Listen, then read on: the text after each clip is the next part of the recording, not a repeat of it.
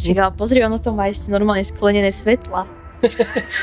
My to len blbosti robíme. Daj to sem. No, drž si to. Ty ho chceš dať do ruky? Môžeš si ho zobrať. No? Môj najobľúbenejší produkt, ktorý som objavil od projektu F, je NanoExpress a veľké výhody toho produktu sú, že je tam fakt jednoduchá aplikácia a funguje tak, že v podstate vozidlo má veľké alebo vysoké hydrofobné schopnosti. Dnes si ukážeme, ako sa aplikuje, ako funguje. Základná vec, že sme si to auto vlastne poumývali už včera, takže to vo videu neuvidíte.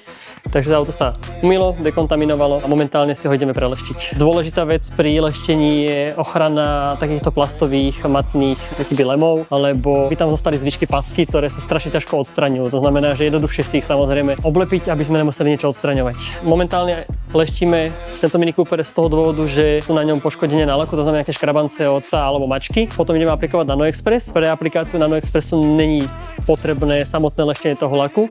Stačí v podstate dobré umytie toho vozidla a NanoExpress môžete aplikovať na vozidlo, ktoré je, dá sa povedať, že po kompletnom umytí. Mini Cooper sme čiastočne vyleštili, aby sme si pripravili podklad alebo lak na aplikáciu NanoExpressu. Odmastnili sme to a aplikovali sme NanoExpressom, že je to taká lacnejšia a rýchlejšia verzia keramiky pre zákazníkov. Z jedného toho dôvodu, že celkovo produkt je ľahko aplikovateľný. Klienti, ktorí si predstavujú alebo ktorí chcú keby základnejšiu ochranu laku, ktorá stojí menej, tak NanoExpress je na to úplne vhodný.